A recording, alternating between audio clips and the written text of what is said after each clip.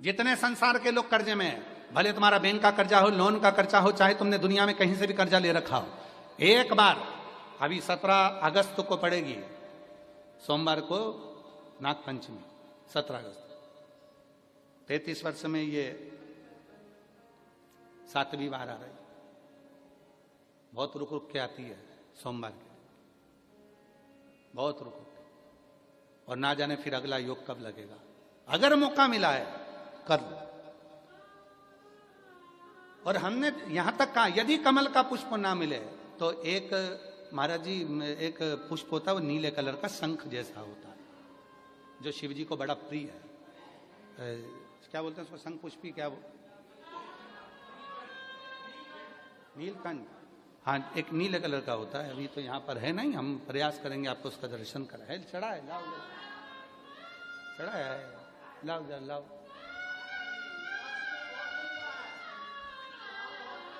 अच्छा यहाँ मिलता है, अच्छा हाँ ये देखो, अगर मान लो तुम्हें नील कमल ना मिले, नील कमल प्राप्त ना हो, कहीं सरोवर तालाब में अभी बहुत बारिश हो रही है, कहीं जाना नहीं, नील कमल नहीं मिल रहा है, तो ये नीला पुष्प अगर आपको मिल जाए, एक बार नील निधि के नाम से शिव को समर्पित करना और बाबा को समर्पित कर कर उसी को वापिस लेकर आना। बाबा मेरे घर में अष्ट सिद्धि नव निधि निवास करे, कृपा करना। 1 साल के अंदर आप सब पत्र में लिखकर भेजोगे कि आपको किसी के दरवाजे पर हाथ फेराने की जरूरत नहीं पड़ेगी, भगवान जो वैभव देगा वो देखते बनेगा। नील निधि,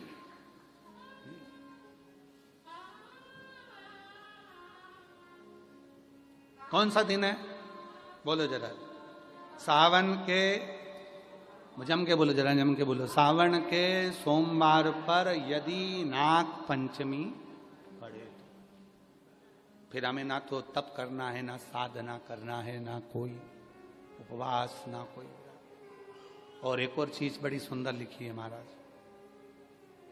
नील निधि, ध्यान दीजिएगा। यदि डॉक्टर ने कह दिया तुम्हारे शरीर में कोई गठान है, बहुत बड़ा कोई रोग हो गया है, ये छूट नहीं रहा है, बहुत तकलीफ में पड़े हुए हो और मिट नहीं रहा, तब शिव जी के शिवलिंग पर एक दुर्वा, दुर्वा का मुख हो जलाधारी की ओर जहां से पानी बहता, बेलपत्री, बेलपत्री का डंडी का मुख हो जहां से जल बहता जलाधारी की ओर, और 2 छोटी छोटी कटोरियों में यदि सावन महीने के सोमवार की नाग पंचमी पर अगर दूध चढ़ाया जाता है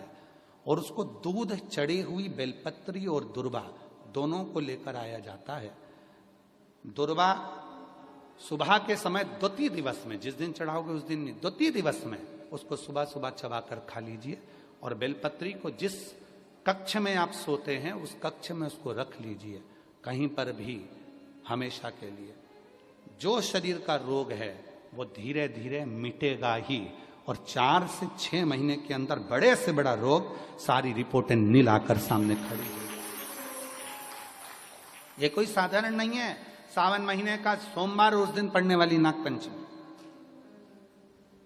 आप सबको तो साधुता है, अब की बार 17 अगस्त को पड़ रही है, और बाबा की कृपा से आपको ये कथा श्रवण करने को मिल गई नील निधि की।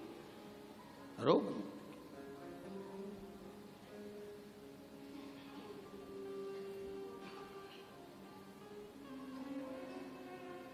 और हे शंभु